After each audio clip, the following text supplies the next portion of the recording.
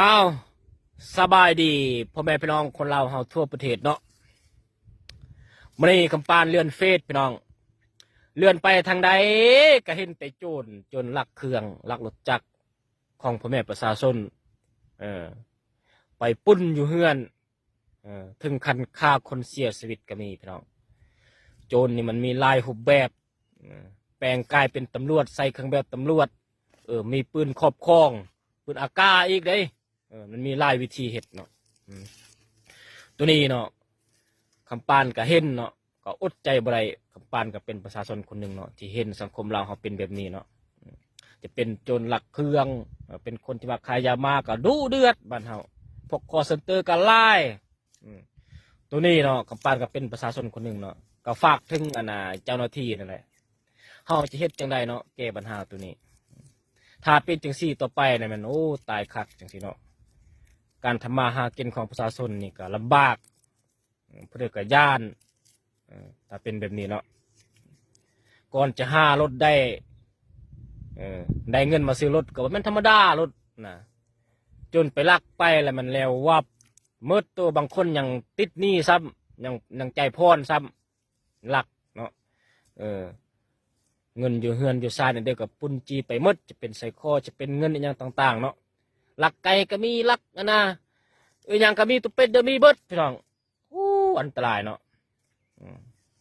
อันโจรเชื่อว่ามักลักรถจักรเนี่ยนะยักลักกอกลักไก่เนี่ยส่วนลายจะเป็นโจรเชื่อว่าพวกกินยามาเนาะพวกกินยามาอันนี้ก็เฮาช่วยๆกันดีพี่น้องทั้งที่บ้านเฮานะเป็นประเทศที่ว่าน้อย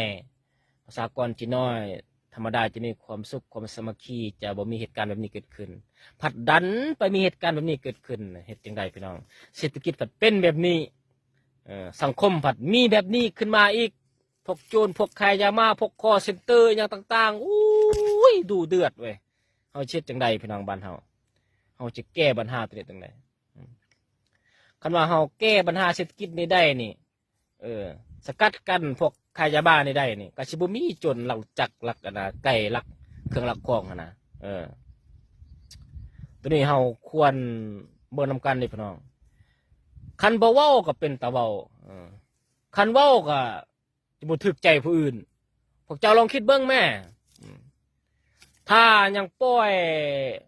สภาพแบบนี้ให้ไปเรื่อยๆนี่ค่อยหวังว่าบ้านเมืองเฮานี่อยู่ยากแหละเอาปัญหาเศรษฐกิจนี่สิบ่รอดแล้วนี่ยังไม่ดันมาเจอแบบนี้โจรโอ้ยหลายก็ย้อนว่าเศรษฐกิจนั่นแหละต้นเหตุให้เกิดแบบนี้เนาะยามาเข้ามาปุ๊บคนกินยามาไล่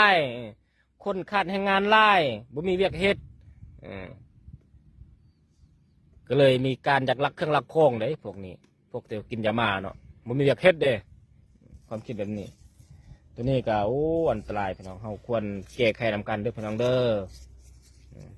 เฮาเจ็ดจังใดพวกคอเซ็นเตอร์เดี๋ยวก็โคตรไล่คนลาวเฮานี่ไปเฮ็ดเวียกจะสามเหลี่ยมทองคำได้บุญเฮียนมาจากพวกคอเซ็นเตอร์มาตัวเอาเงินนำพี่นำน้องตัวเองนำคนลาวกับบุจักสิว่าเลยจริงใดเนาะเฮาจะบ่มีความสามัคคีเลยบ่พี่น้องบ้านเมืองเฮานะเฮาจะปล่อยไปจังซี่เลยบ่เฮ็ดจังใดซั่นโอ้ตรายเลยนั่นนี่นะการทำมาหากินก็ลำบากเศรษฐกิจเป็นแบบนี้ผัดมาดันมาเจอเหตุการณ์แบบนี้ขึ้นมาเรื่อยๆพี่น้องเนาะฉะนั้นก็ฝากให้เจ้าหน้าที่อะไรเนาะเฮาเช็ดแนวใดเนาะแก้ไขปัญหาตัวนี้เนาะสกัดกันพวกที่ว่าขายยามาถ้ายังมียามาเขามาไล่จังซี่พี่น้องเห็นบอกก็จะจับบกแก้วป้าเป็นต้นพอเนาะวันนี้คนขายก็ไล่คนกินก็ไล่วันนี้ผู้มันกินนักขนาดมันก็มีเฮ็ดมันก็มีแนวจักลักของลักเครื่องเด้วันนี้เนาะกินยามาแล้วมันขี้ข้านเลยเนาะตอนกินมันดูมันวันนี้ยามันมืดมันขี้ข้านเลยเนาะบ่มีเวียกเฮ็ดนี่จะไปเฮ็ดเขาก็บ่เอาคุณกินยามาเนาะมีวิธีเดียวก็คือลักกันแหละลักรถจักรลักเครื่องลักของแหละปุ่นจี้อยู่แหละคันสกัดพวกใครจะมานี่ได้ก็สิบ่มีลายดอกโจรเนาะแล้วเศรษฐกิจเฮาก็ค่อยปรับค่อยแก้เลยเฮ็ดจังไดเนาะพี่น้องสามัคคีกันพี่น้องคนลาวเฮาโอ้เป็นจังสิตายเด้พี่น้องเอากับป้ากาชิมีชั้นนี้เลยพี่น้องเนาะ คนลาวเฮานี่คำปานว่างว่าคนลาวเฮานี่เข้าใจกันคนลาวเฮานี่เว้ากันได้คนลาวเฮานี่เข้าใจง่ายเนาะฉะนั้นคนลาวเฮาบ่ปะบ่ชิมกันจะทุกข์หรือจนจะ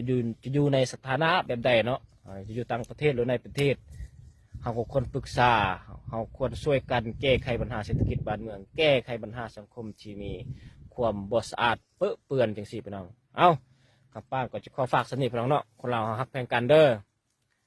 อย่าผิดเทียงกันพี่น้องอ้าวบ๊ายบายสู้ๆคนลาวหมดสุขุสุคน